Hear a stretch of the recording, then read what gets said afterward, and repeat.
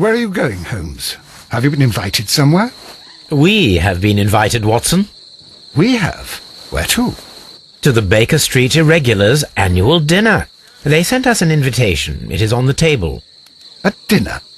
How could those street urchins afford anything like that? I can't understand your interest in them, Holmes. They're dirty. They wouldn't hesitate to steal your wallet. Watson, you should be excited. It is a secret dinner. Its location changes every year. Read the menu. Sounds mouth-watering. All right. We, the secret police of Baker Street, invite you, Sherlock Holmes, and Dr. Watson to our annual dinner. Menu, entree, frozen rat head salad. Is this a joke? Not at all. Pray continue.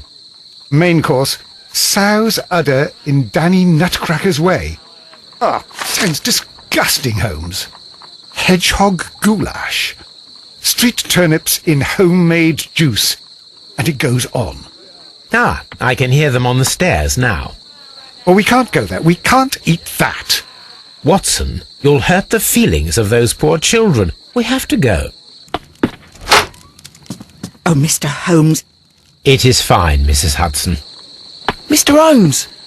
Wiggins, Dr. Watson is getting ready. He will be delighted to join us. You don't look well, my young man. Is there something wrong? Don't tell me the dinner is cancelled. Mr. Holmes is my brother Leighton. He's in a prison cell. They say he's killed 2 men. You have to help us, Mr. Holmes, 'cause I know he didn't do it. Where is he now? From what I've heard, they took him to the yard, and they gave him a good beating already. You know what they're like. They'll hang him. They won't look any further. Holmes, we have to help him. Well, and forget about the dinner. Wiggins, I'll take the case. You're fantastic, Mr. Holmes. I'll be waiting for you at the crime scene. You'll be there, right? It's on Half Moon Street in Whitechapel. Very well.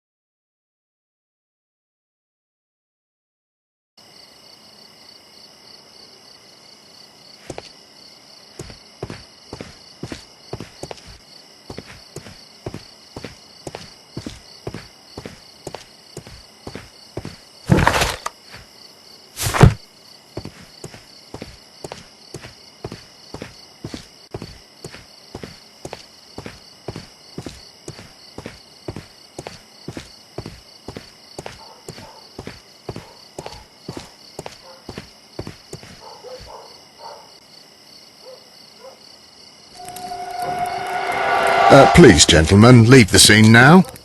Oh, Mr. Holmes, is that you? Good evening, Constable... Constable Marrow. I was here with Inspector Aberline during the Ripper case, Mr. Holmes, back in '88. But then this is nothing like that case. With this one, we've got the murderer, the weapon, and the statements, which speak for themselves. Of course, Marrow. But you know that appearances can sometimes be deceiving. Who were the victims? The 2 men here, both shot. The stab fellow was Brian Vercotti, a well-known ruffian.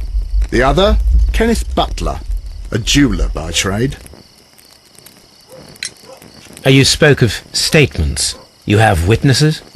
Well, I was there, so I gave my own statement. And then there were 2 other witnesses who said they saw the killer Chapman. Mr. Turner, a gentleman who lives in that flat over there.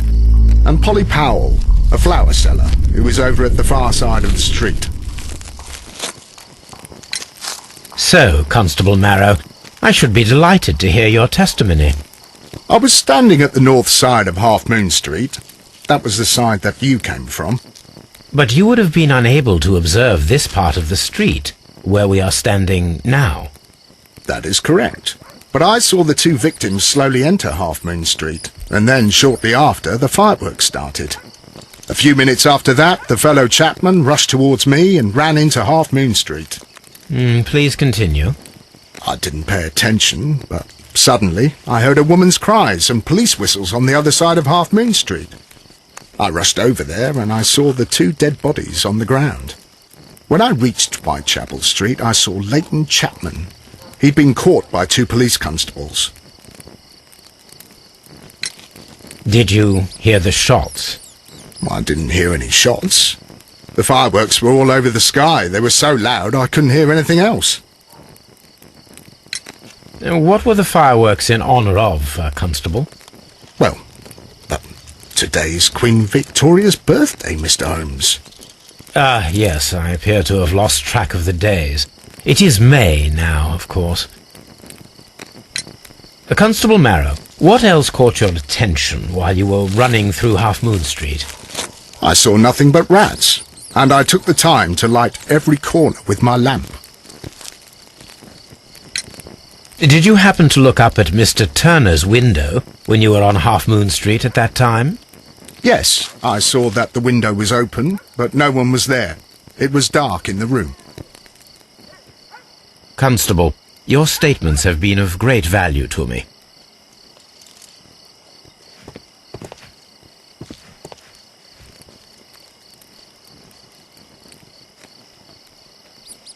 The bullet struck his head. This man didn't stand a chance.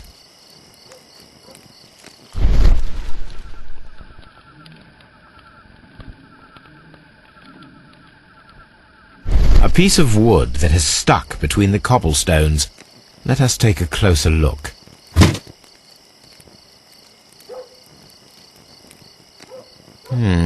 This shard of wood is quite new.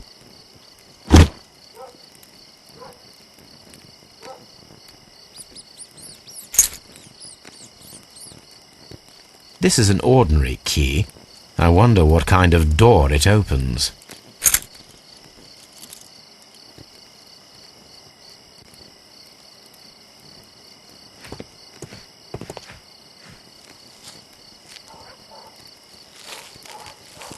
He tried to stop the bleeding with his hand. Death was not instant.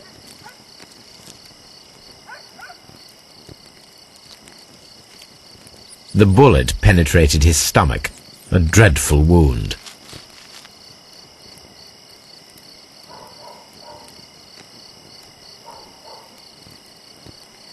A tattoo from Westgate Prison. Vercotti must have done some time there.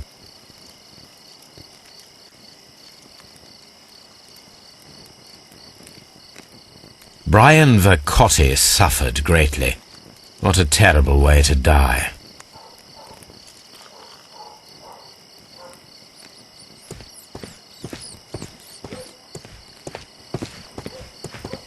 A fairly long pole with a forked end. A fairly long pole with a forked end.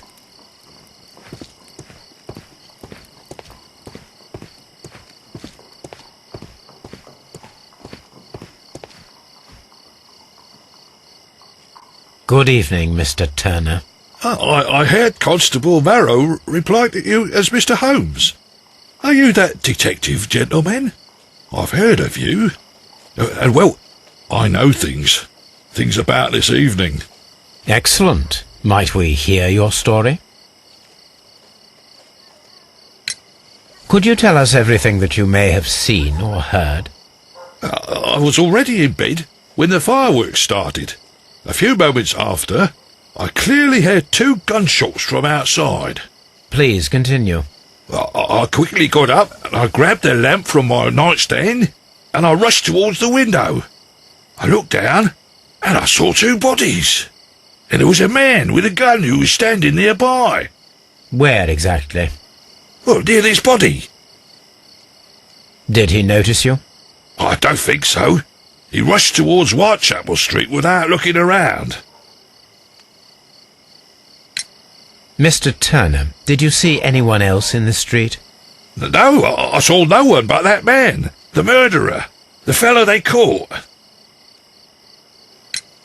Were the two shots you heard consecutive?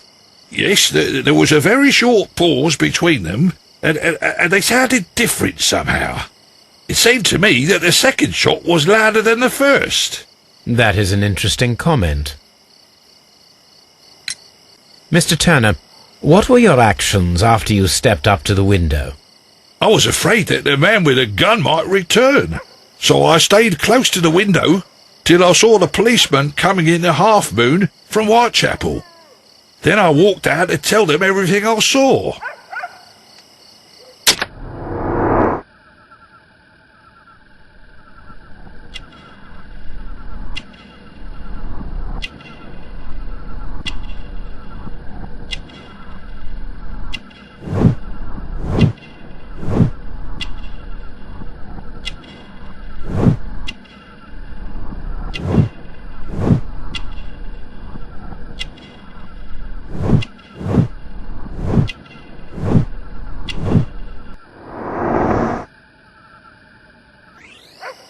You have helped us a great deal, Mr. Turner.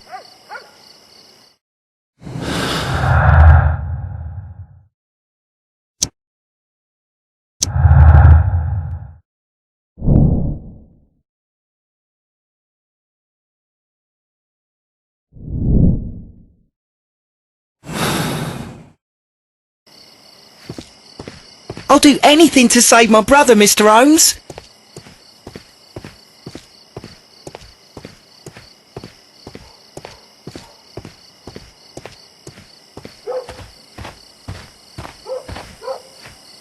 Mrs. Powell? What do you want? My name is Sherlock Holmes. I'm assisting the police with their investigation of the crime that took place this evening. Well, I've already gave my testimony, but very well. Could you tell us everything that you may have seen or heard? Yes. I was selling my flowers as usual, and then the fireworks began, in honour of Queen Victoria. I enjoyed those. But then, all of a sudden, a young lad ran out of Half Moon Street and stopped just by me. He had a gun in his hand. He was like a ghost, and all covered in blood. It was dark, but I could see him, because of the flashes from the fireworks. And then? I screamed as loud as I could. I knew that a policeman should be on duty in the vicinity. He had no time to escape. 2 constables got him. Then another constable came out from the very same street, and I heard him talking of a horrible murder. Mrs. Powell, did you hear the gunshots? I'm not sure. You know, what with the fireworks? Did you see anyone else leaving Half Moon Street, prior to or at the time of the crime? No, sir, I did not. Even with all the fireworks, I was very attentive, as I'm always on the lookout for customers. My thanks to you, Mrs. Powell.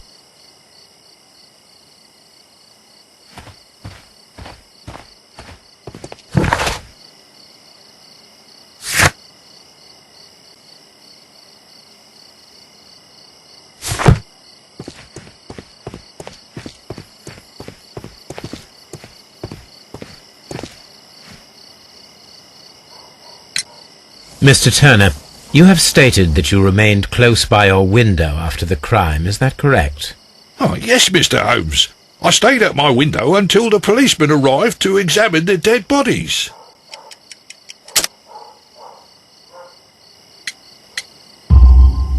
That is very interesting, Mr. Turner. Constable Marrow stated that he did not see anyone at the window when he was running through Half Moon Street. Well, I think Constable Marrow and me, we might have been distracted by the whistles and shouts coming from Whitechapel. We could have missed each other somehow. You understand what I mean? It was a bit of a stressful moment, to tell you the truth, sir. Allow me to form my own theories, Mr. Turner. Would you mind showing me the view that you had from your window? Not at all, Mr. Holmes. Please, follow me. Mr. Turner appears to live very modestly.